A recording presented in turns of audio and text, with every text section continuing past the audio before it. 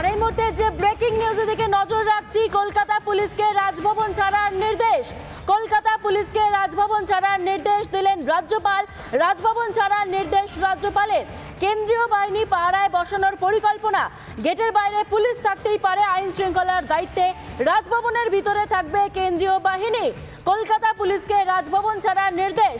স্বরাষ্ট্রমন্ত্রকে ইতিমধ্যেই চিঠি রাজভবনের তরফে। রাজভবনের ভিতরে কোনো কলকাতা পুলিশ থাকবে না জানিয়েছেন রাজ্যপাল।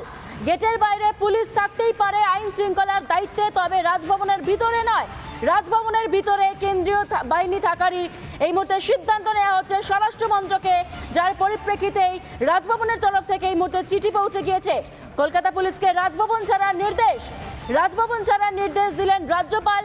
কেন্দ্রীয় বাহিনীর পাহারায় বসানোর পরিকল্পনা। আমরা আরো বিস্তারিত জানবো কেন এই সিদ্ধান্ত। এই মুহূর্তে আমাদের সঙ্গে টেলিফোন লাইনে রয়েছেন আমাদের সিনিয়র এডিটর ময়ূক রঞ্জন ঘোষ।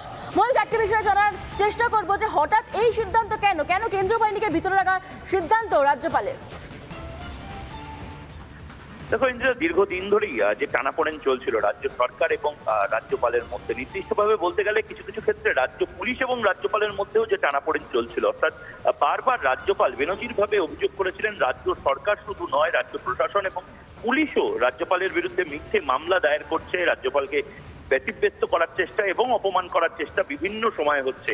এমনকি রাজ্যপালের বিরুদ্ধে বিভিন্ন ধারায় মামলা দায়ের করা, রুজু করারও পরিকল্পনা রাজ্য পুলিশ বা কলকাতা পুলিশের ছিল। এক্ষেত্রে দাঁড়িয়ে আমরা ছোটবেলা থেকে বা দশকের পর দশক ধরে দেখেছি রাজভবনে পুলিশ, কলকাতা পুলিশ, সাদা উর্দিধারী কলকাতা পুলিশের নিরাপত্তা বলা। শুধু তাই নয়, আমরা দেখেছি রাজ্যপাল যখন কোথাও যান তখন তার সামনে আমরা এর আগে দেখতাম যে পাইলট কার থাকে, অর্থাৎ সাদা উর্দিধারী পোশাকের যারা পুলিশ অফিসার বা নির্দিষ্টভাবে বলতে গেলে কলকাতা পুলিশের ট্রাফিক সার্জেন্ট যারা লাল বাইকে করে, তারা একটা সময় যেতেন। জগদীপ ধনকর যখন রাজ্যপাল ছিলেন তখন তিনি আপত্তি জানান, তিনি বলেন যে কলকাতা পুলিশ নয়, কেন্দ্রীয় বাহিনীর পুলিশ এবং কেন্দ্রীয় বাহিনীর জওয়ানদের দিয়েই তার নিরাপত্তা সুনিশ্চিত করতে হবে। এরপর জল আরো গড়ায় এবং একটা পয়েন্টের পর আমরা দেখতে পাই রাজভবনেও কেন্দ্রীয় পুলিশ এবং কেন্দ্রীয় বাহিনী, যাদেরকে বলা হয় CRPF, central reserve police force, তাদের উপস্থিতি দেখতে পাই। এক্ষেত্রে দাঁড়িয়ে বেনজির রদবদল হতে চলেছে। রাজ্যপাল নির্দিষ্টভাবে বলেছেন গেটের এপারে, অর্থাৎ রাজভবন মেন রাস্তা দিয়ে কেউ যদি রাজভবনে গেট পেরিয়ে আসে, সেখানে আমরা যেভাবে দেখেছি পুলিশের চেকপোস্ট, আমরা যেভাবে দেখেছি আউটপোস্ট যেগুলোকে বলা হয়, সেই আউটপোস্ট যেন খালি করে দেওয়া হয়। প্রত্যেক রাজভবনের কর্মীকে বলা হয়েছে কলকাতা পুলিশ, যাদের কলকাতা পুলিশের যারা আধিকারিক রয়েছেন, কর্মচারী রয়েছেন, তারা যেন রাজভবন ছেড়ে বেরিয়ে যান, তারা অন ডিউটি যেন রাজভবনে না থাকতে পারেন। অবশ্যই এটা জনরাজভবন, যে কোনো পুলিশ কর্মী তাদের পরিবার নিয়ে আসতে পারে, কিন্তু অন ডিউটি কোনো পুলিশ কর্মী যেন না থাকে। অবশ্যই তাদের জুরিসডিকশন মেনে কলকাতা পুলিশ, অর্থাৎ যে হেডকোয়ার্টার ডিভিশন যেটাকে বলা হয়, তারা অফিস চত্বর এবং অফিস পাড়া যেটাকে বলা হয়, রাজভবনের গোটা এলাকাটা যেটা ডেলহাউসি চত্বর, সেখানে তারা নিজেদের দায়িত্ব সামলাবেন। কিন্তু গ্রিলের রাজভবনের যে বড় পাঁচিল রয়েছে, পাঁচিলের ওপারে কোনো পুলিশ কর্মীর উপস্থিতি যেন না থাকে, তাদেরকে সরে আসতে বলা হয়েছে, তাদেরকে বেরিয়ে আসতে বলা হয়েছে। এবং এটা রাজ্যপাল নিজের এখতিয়ারের অন্তর্গত হয়ে এই কাজগুলো করতে পারেন। এবং ইতিমধ্যে কেন্দ্রীয় স্বরাষ্ট্র মন্ত্রককে জানিয়ে দেওয়া হয়েছে কেন্দ্রীয় পুলিশ বাহিনী, যেমনটা তুমি বললে কেন্দ্রীয় বাহিনী, তাদেরকে হয়তো রিপ্লেস করা হবে। কলকাতা পুলিশের যারা নিরাপত্তার দায়িত্বে থাকেন, আমরা দেখেছি গেট খোলা বা সিকিউরিটি চেকিং এর দায়িত্বে কলকাতা পুলিশের সাব ইন্সপেক্টর, কনস্টেবল, এমনকি হোমগার্ডরাও থাকেন, তাদের প্রত্যেককে সরিয়ে দেওয়ার নির্দেশ রাজ্যপাল দিয়েছেন এবং এটা বেনজির নির্দেশ দিলাম। একদমই ময়ূক, অর্থাৎ একটা জিনিস পরিষ্কার হচ্ছে যে কলকাতা পুলিশকে কোনোভাবেই রাজভবনের ভিতরে প্রবেশ নয়, একেবারে কেন্দ্রীয় বাহিনীতেই ভরসা রাখছেন রাজ্যপাল। ধন্যবাদ তোমাকে। আরো একবার জানাবো, কলকাতা পুলিশকে রাজভবন ছাড়ার নির্দেশ রাজ্যপালের। রাজভবন ছাড়ার নির্দেশ দিয়েছেন রাজ্যপাল।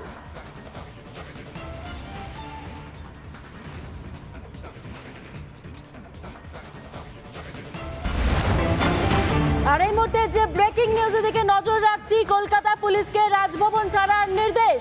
কলকাতা পুলিশকে রাজভবন ছাড়ার নির্দেশ দিলেন রাজ্যপাল। রাজভবন ছাড়ার নির্দেশ রাজ্যপালের। কেন্দ্রীয় বাহিনী পাহারায় বসানোর পরিকল্পনা। গেটের বাইরে পুলিশ থাকতেই পারে, আইন শৃঙ্খলার দায়িত্বে রাজভবনের ভিতরে থাকবে কেন্দ্রীয় বাহিনী। কলকাতা পুলিশকে রাজভবন ছাড়ার নির্দেশ। স্বরাষ্ট্রমন্ত্রকে ইতিমধ্যেই চিঠি রাজভবনের তরফে। রাজভবনের ভিতরে কোনো কলকাতা পুলিশ থাকবে না জানিয়েছেন রাজ্যপাল। গেটের বাইরে পুলিশ থাকতেই পারে, আইন শৃঙ্খলার দায়িত্বে, হবে, রাজভবনের ভিতরে নয়। রাজভবনের ভিতরে কেন্দ্রীয় বাহিনী থাকারই এই মুহূর্তে সিদ্ধান্ত নেওয়া হচ্ছে স্বরাষ্ট্র মন্ত্রকে, যার পরিপ্রেক্ষিতেই রাজভবনের তরফ থেকে এই মুহূর্তে চিঠি পৌঁছে গিয়েছে। কলকাতা পুলিশকে রাজভবন ছাড়ার নির্দেশ, রাজভবন ছাড়ার নির্দেশ দিলেন রাজ্যপাল। কেন্দ্রীয় বাহিনীর পাহারায় বসানোর পরিকল্পনা। আমরা আরো বিস্তারিত জানবো কেন এই সিদ্ধান্ত। এই মুহূর্তে আমাদের সঙ্গে টেলিফোন লাইনে রয়েছেন আমাদের সিনিয়র এডিটর ময়ূক রঞ্জন ঘোষ। ময়ূক, একটা বিষয়ে জানার চেষ্টা করবো যে হঠাৎ এই সিদ্ধান্ত কেন, কেন কেন্দ্রীয় বাহিনীকে ভিতরে রাখার সিদ্ধান্ত রাজ্যপালের? দেখো ইন্দ্র, দীর্ঘদিন ধরেই যে টানাপোড়েন চলছিল রাজ্য সরকার এবং রাজ্যপালের মধ্যে, নির্দিষ্টভাবে বলতে গেলে কিছু কিছু ক্ষেত্রে রাজ্য পুলিশ এবং রাজ্যপালের মধ্যেও যে টানাপোড়েন চলছিল, অর্থাৎ বারবার রাজ্যপাল বেনজিরভাবে অভিযোগ করেছিলেন রাজ্য সরকার শুধু নয়, রাজ্য প্রশাসন এবং পুলিশও রাজ্যপালের বিরুদ্ধে মিথ্যে মামলা দায়ের করছে, রাজ্যপালকে ব্যতিব্যস্ত করার চেষ্টা এবং অপমান করার চেষ্টা বিভিন্ন সময় হচ্ছে। এমনকি রাজ্যপালের বিরুদ্ধে বিভিন্ন ধারায় মামলা দায়ের করা, রুজু করারও পরিকল্পনা রাজ্য পুলিশ বা কলকাতা পুলিশের ছিল।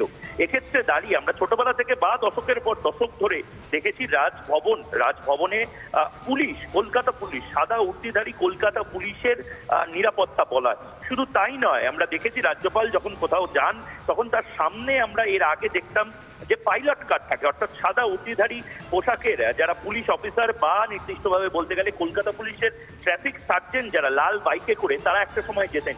জগদীপ ধনকর যখন রাজ্যপাল ছিলেন তখন তিনি আপত্তি জানান, তিনি বলেন যে কলকাতা পুলিশ নয়, কেন্দ্রীয় বাহিনীর পুলিশ এবং কেন্দ্রীয় বাহিনীর জওয়ানদের দিয়েই তার নিরাপত্তা সুনিশ্চিত করতে হবে।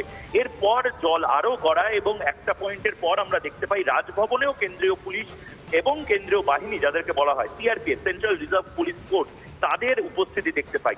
এক্ষেত্রে দাঁড়িয়ে বেনজির রদবদল হতে চলেছে।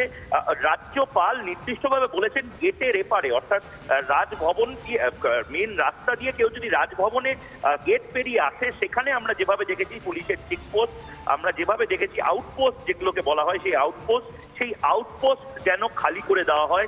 প্রত্যেক রাজভবনের কর্মীকে বলা হয়েছে কলকাতা পুলিশ, যাদের কলকাতা পুলিশের যারা আধিকারিক রয়েছেন, কর্মচারী রয়েছেন, তারা যেন রাজভবন ছেড়ে বেরিয়ে যান, তারা অন ডিউটি যেন রাজভবনে না থাকতে পারেন। অবশ্যই এটা জনরাজভবন, যে কোনো পুলিশ কর্মী তাদের পরিবার নিয়ে আসতে পারে, কিন্তু অন ডিউটি কোনো পুলিশ কর্মী যেন না থাকে। অবশ্যই তাদের জুরিসডিকশন মেনে কলকাতা পুলিশ, অর্থাৎ যে হেডকোয়ার্টার ডিভিশন যেটাকে বলা হয়, তারা অফিস চত্বর এবং অফিস পাড়া যেটাকে বলা হয়, রাজভবনের গোটা এলাকাটা যেটা ডেলহাউসি চত্বর, সেখানে তারা নিজেদের দায়িত্ব সামলাবেন। কিন্তু গ্রিলের, রাজভবনের যে বড় পাঁচিল রয়েছে, পাঁচিলের ওপারে কোনো পুলিশ কর্মীর উপস্থিতি যেন না থাকে, তাদেরকে সরে আসতে বলা হয়েছে, তাদেরকে বেরিয়ে আসতে বলা হয়েছে।